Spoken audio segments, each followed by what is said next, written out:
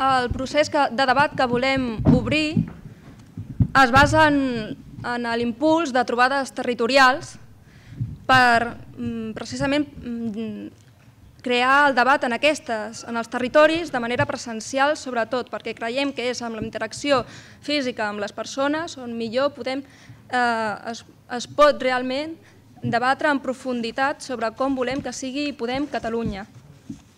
Nosaltres, per poder impulsar aquestes trobades territorials, hem facilitat unes eines.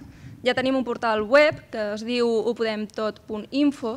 Allà veureu penjat un document i en aquest document que hem redactat hi ha 10 punts que serien les claus sobre les quals creiem que s'ha de centrar el que seria el projecte organitzatiu i polític de Podem Catalunya.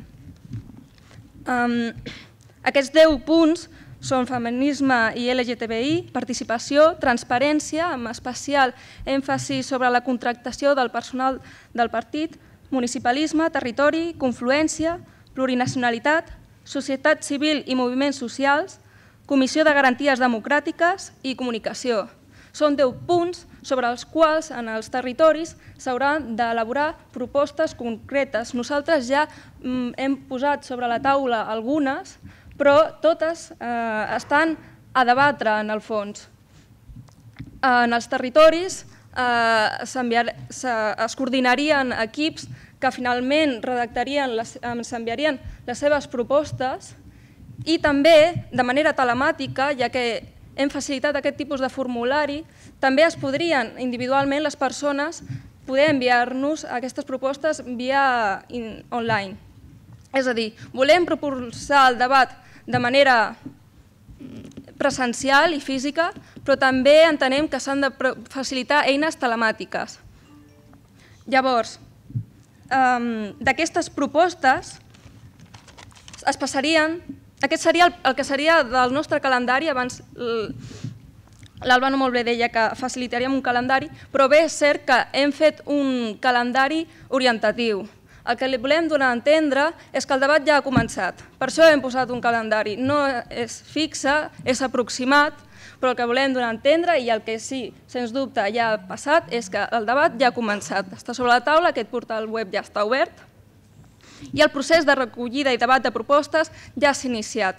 Hem posat orientativament que terminaria el 20 de març i després s'elaboraria una redacció del llistat de propostes que s'han recollit.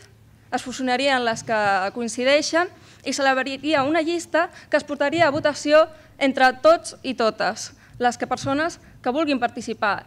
És a dir, nosaltres entenem que tots i totes les persones que realment volen participar a Podem Catalunya han de primer poder participar obertament en un debat profund sobre el que vol o com vol que sigui l'organització i després ha de poder decidir.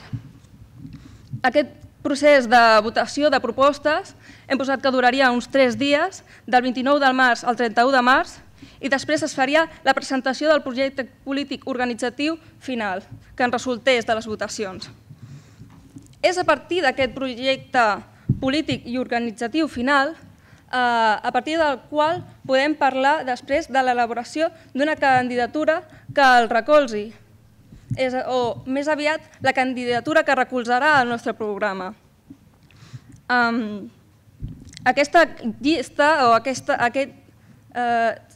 la candidatura, òbviament ara mateix no estem en campanya, no podem parlar d'una llista fixa. Nosaltres el que volem és que el debat sobre la llista s'iniciï també ara, durant el debat del propi projecte organitzatiu i polític, però no es comenci a parlar de llista fins que no estigui finalitzat.